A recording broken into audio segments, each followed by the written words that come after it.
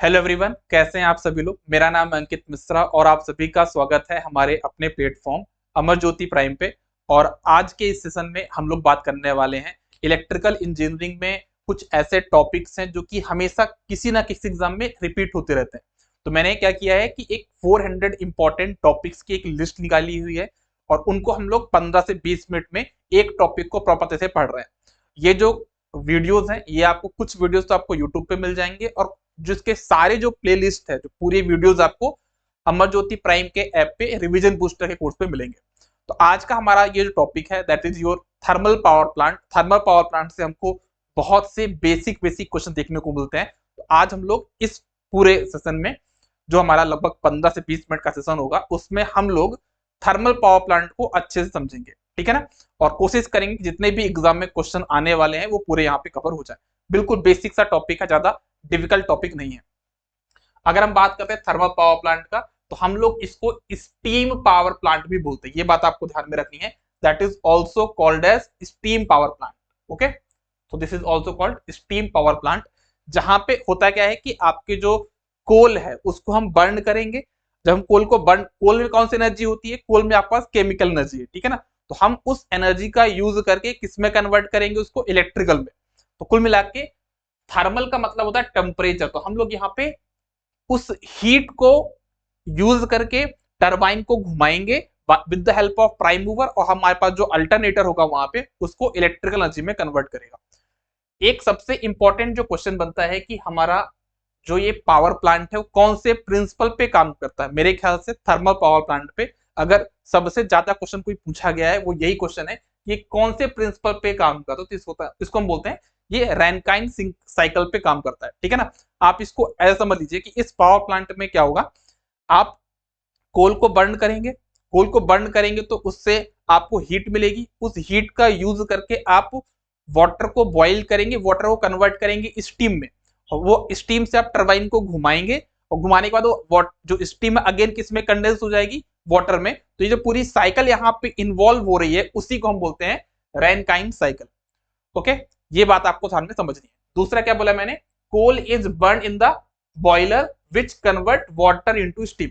मतलब आपका बॉयलर एक तरह से कुकर के जैसा होता है जहां पे आप वाटर को स्टीम में कन्वर्ट करोगे, और कोल को बर्न करने के लिए आप वहां पे एक फर्नेस लगाते हो जहां पे फैन वगैरह लगे होंगे जिससे आपको प्रॉपर यहाँ पे एयर मिल सके। The steam is expanded in a turbine. हमारी जो स्टीम है वो टरबाइन पे एक्सपांड होगी। दो प्रकार की टरबाइन होती है, एक होती है इंपल्स टरबाइन, एक होती है रिएक्शन टरबाइन। उनका मैं डायग्राम के थ्रू आपकी पूरी वर्किंग यहाँ पे बता दूंगा, ठीक है। तो ये आपका मैकेनिकल एनर्जी को इलेक्ट्रिकल में कन्वर्ट करता है, जो कि आपका कौन काम करेगा? अल्टरनेटर। ओके, और जो हमारे पास स्टीम है उसको हम कंडेंस कर लेते हैं, उसको हम बोलते हैं कंडेंसर। ओके, अगेन स्टीम को वाटर में कन्वर्ट करने की जो प्रोसेस है वो हमारा कौन करता है? कंडेंसर करता है। हमारे पास अगर हम बात करते हैं एनर्जी फ्लो डायग्राम, हमारे पास कैसे एनर्जी यहाँ पे कन्वर्ट हो रही है, तो आप ध्यान देखोगे सबसे पहले तो हमारे कोल में कौन सी एनर्जी होती है? That is called chemical energy. तो जब हमने वहां पे कोल का कंबस्टन किया तो उससे केमिकल एनर्जी किसमें कन्वर्ट हुई? टेम्परेचर मतलब हीट में। उससे हमको मिल गई थर्मल एनर्जी। थर्मल एनर्जी का यूज करके हमने टरबाइन को घुमाया तो उससे हमको क्या मिल गई? Mechanical energy. और अगेन हमने क्या लगाया यहाँ पे? एक अल्टरनेटर। जो अल्टरनेटर क्या करेगा, मतलब जो जनरेटर है वो क्या करेगा? उस मैकेनिकल एनर्जी को इलेक्ट्रिकल में कन्वर्ट कर देगा। ओके, तो ये हो गया आपको एक तरह से एनर्जी फ्लो, कि हमारा जो एनर्जी का फ्लो है वो कैसे हो रहा है। अगर हम बात करते हैं यहाँ पे इसकी प्रॉपर वर्किंग के बारे में, तो ध्यान समझिएगा। ये हमारे पास यहाँ पे कोल हैंडलिंग प्लांट होता है, मतलब हम लोग यहाँ पे रेलवेज के थ्रू या ट्रक के थ्रू या फिर रोड के थ्रू, है ना, हम लोग यहाँ पे कोल को इकट्ठा करते हैं। क्योंकि इस प्रॉपर वर्किंग में अगर हम बात करें तो कोल को हमको स्टोरेज करना होगा अबाउट 40 to 45 डेज या 50 डेज के लिए हमको इसको स्टोर करके रखना होगा। तो ये हमारा हो गया कोल स्टोरेज। यहाँ पे ट्रेन आएगी। हालांकि हम ये बात करें कि अगर हमारा जो ये पूरा पावर प्लांट है अगर ये 100% एरिया में है तो आप ये मान के चलिए कि मैक्सिमम एरिया तो यही कवर करता है ना, क्योंकि आपको अबाउट 50 डेज के लिए यहाँ पे कोल को स्टोर करके रखना है ना, बैकअप रखना है। तो आपका ऑलमोस्ट 50% एरिया पावर प्लांट का ये कवर करता है, ठीक है। तो यहाँ पे कोल आ गया, यहाँ पे आप इसको थोड़ा सा छोटे छोटे पार्ट्स में ब्रेक करोगे और साथ में आप इसको पल्वराइज करोगे जिससे उसका सरफेस एरिया बढ़ जाए, सरफेस एक्सपांशन बढ़ जाए, जिससे आप उसको प्रॉपर तरीके से बर्न कर पाओ। जिससे आपको ज्यादा क्या मिल पाए वहां पे, केमिकल एनर्जी। ठीक है, तो यहाँ पे आपके पास रिवर है जहां से आप वाटर को कलेक्ट करोगे और इस वाटर को आप भेज दोगे यहाँ पे, जो यहाँ पे ट्यूब्स हैं उनमें आप वाटर फिल कर दोगे, जिससे आपके पास यहाँ पे जो आपको येलो कलर में दिख रहा है वो हीट है, जो कि कोल को बर्न करोगे आप। ये कोल आपका यहाँ पे कन्वेयर बेल्ट के थ्रू फर्नेस में आएगा, जहां पे आप इसको कोल को बर्न करोगे। बर्न करने से आपका जो ये वाटर है ये स्टीम में कन्वर्ट होगा। अगेन हमारे पास यहाँ पे चिमनी भी है, चिमनी से हमारा वहां पे क्या निकल जाएगा, जो भी हमारे पास जो भी हमारा फ्लू गैसेस होंगी वो हमारी चिमनी से निकल जाएंगी, और जो भी हमारे पास एज कंटेंट होगा वो बॉटम में कलेक्ट हो जाएगा। उसके लिए हम एक अलग से प्लांट लगा देंगे, एज हैंडलिंग प्लांट, मतलब वो पूरा जो बचा हुआ कंटेंट है उसको कलेक्ट करेगा। कुछ जो हमारे पास डस्ट पार्टिकल्स होंगे, जो भी हमारे पास पार्टिकल फ्लू गैस के साथ जा रहे होंगे, उसके लिए हम लोग यहाँ पे इलेक्ट्रोस्टैटिक प्रेसिपिटेटर लगा देंगे, जो कि उस फ्लू गैसेस में से जो भी कार्बन के पार्टिकल्स है उनको कलेक्ट कर लेगा, जिससे हमारा इन्वायरमेंट ज्यादा पोल्यूट ना हो। ठीक है, तो ये हो गया। अब हमारे पास यहाँ पे फाइनली स्टीम कन्वर्ट हो गई है। ये जो स्टीम है वो कहां पे जाएगी, आपके टरबाइन में। ओके, ये हमारे पास टरबाइन है, जिससे हमारी टरबाइन रोटेट करेगी और उसी सेम शाफ्ट से हमारा यहाँ पे अल्टरनेटर कनेक्ट होगा। ये हमारे पास अल्टरनेटर है, हमारा अल्टरनेटर कनेक्ट होगा, अल्टरनेटर रोटेट होगा, जिससे हमको क्या मिलेगी, इलेक्ट्रिकल एनर्जी। और जो इलेक्ट्रिकल एनर्जी मिलेगी तो हमको उसको ट्रांसमिट करना होगा, तो उसके लिए हमको स्टेप अप ट्रांसफॉर्मर लगाने पड़ेंगे। तो ये हमारे पास हो गया स्टेप अप ट्रांसफॉर्मर। ओके, और हमारे पास स्टीम पे जो हमारे पास यहाँ पे स्टीम है टरबाइन के पास, वो हमारे पास यहाँ पे नीचे कंडेंस हो जाएगी, अगेन वाटर में कन्वर्ट हो जाएगी। ठीक है, उसको हम बोलते हैं कंडेंसेशन प्रोसेस।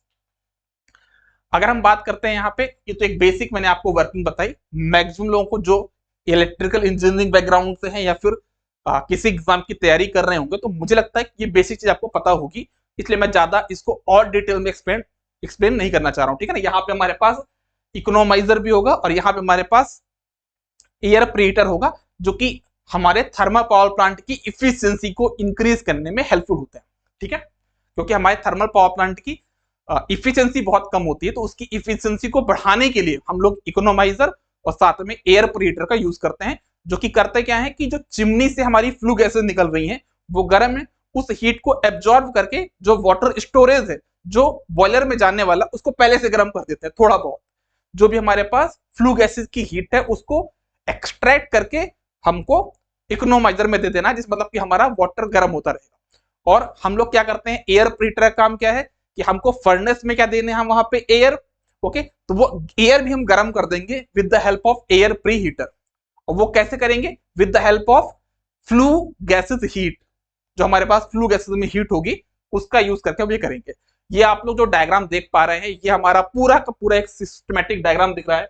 यहाँ पे दिख रहा है आपको कि ये आपके पास रेलवे लाइंस है, यहाँ से रेलवे के थ्रू आपके पास कोल आता होगा, यहाँ पे डंप कर दिया जाता है इसको, और फिर यहाँ पे इसका पूरा ट्रीटमेंट होता है। और उसके बाद ये आपको कन्वेयर बेल्ट दिख रहा है यहाँ पे, है ना, ये कन्वेयर बेल्ट हो गया, जहां से आपके पास जो पूरा कोल है वो आपका फर्नेस तक जाएगा।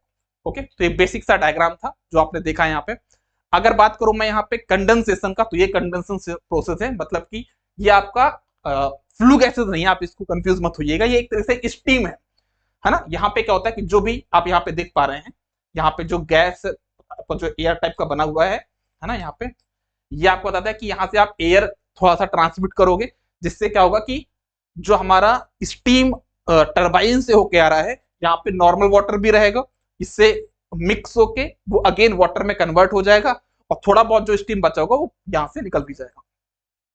ओके, तो ये एक तरीके से हमारी प्रोसेस हो गई कंडेंसेशन की। तो यहाँ पे छोटे छोटे हमारे पास क्या होते हैं, होल्स होते हैं। ओके, जिससे हमारी एयर यहाँ पे ट्रांसमिट होती रहे, जिससे हमारा टेम्परेचर मेंटेन रहे और हमारा स्टीम, मैक्सिमम स्टीम हमारा किस में कन्वर्ट हो पाए, वाटर में, जिसको हम अगेन बॉयलर को फीड कर देंगे।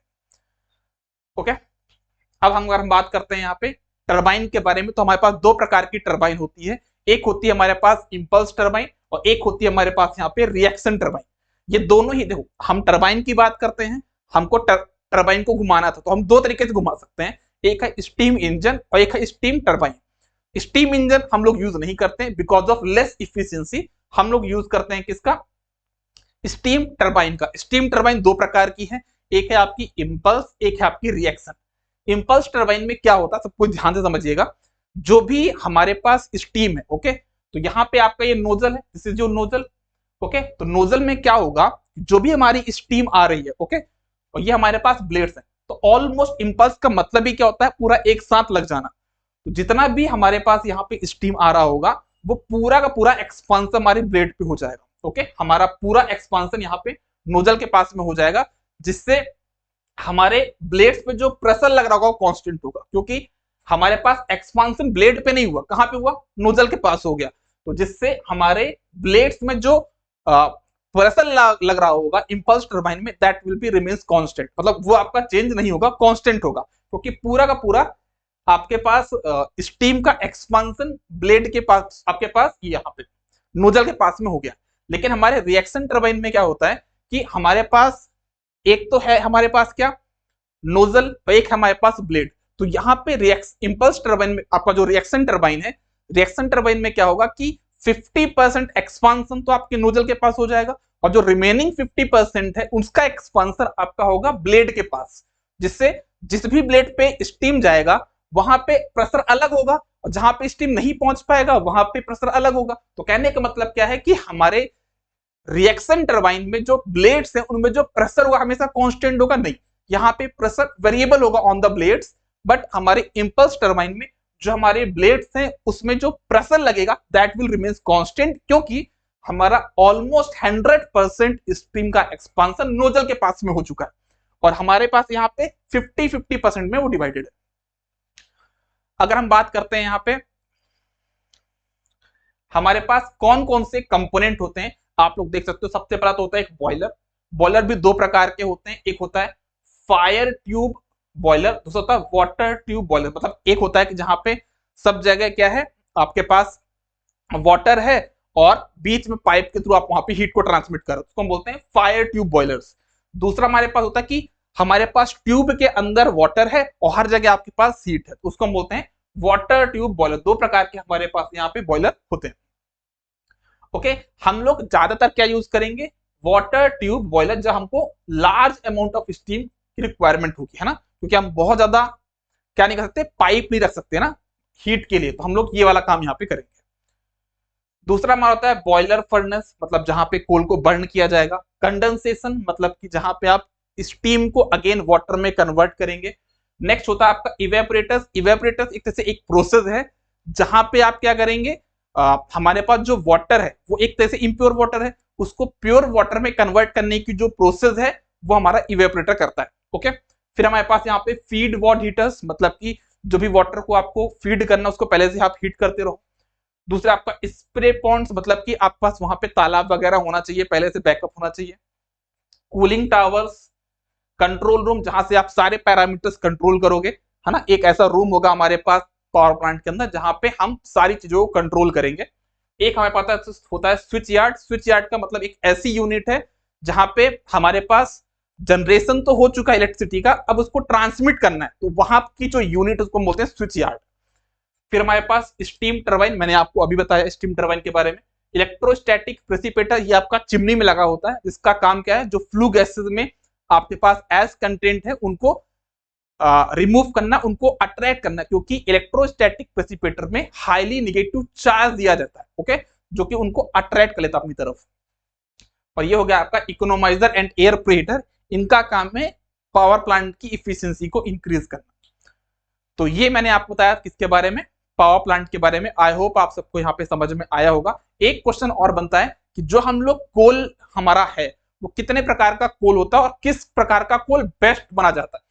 और जनरली कुछ एग्जाम में ऐसा भी पूछा गया है कि हमारे पास जो पीट है उसमें कितने % हमको हीट मिलेगी, है ना, हमारे पास सबसे बेस्ट कोल कौन सा माना जाएगा। तो उसका मैंने पूरा यहाँ पे चार्ट बना के रखा है कि जो आपका पीट है ना, वो सबसे लोअर ग्रेड का माना जाता है। इसमें मॉइस्चर बहुत ज्यादा होता है, अबाउट 60 to 90% आपका मॉइस्चर कंटेंट होगा।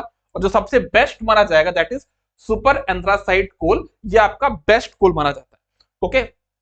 आप देख सकते हो यहाँ की ये कितना आपका हीट प्रोवाइड कर रहा है, 1 kg कोल में 3000 किलो जूल, ठीक है ना। यहाँ पे भी कितना आपके पास मॉइस्चर है, इसमें कितना मॉइस्चर है, कितना आपको हीट एनर्जी दे रहा है। तो ये सारी चीजें मैंने यहाँ पे मेंशन की हुई हैं, आप इनको एक बार यहाँ पे देख लीजिएगा। सबसे बेस्ट आपको माना जाएगा सुपर एंथ्रासाइट कोल।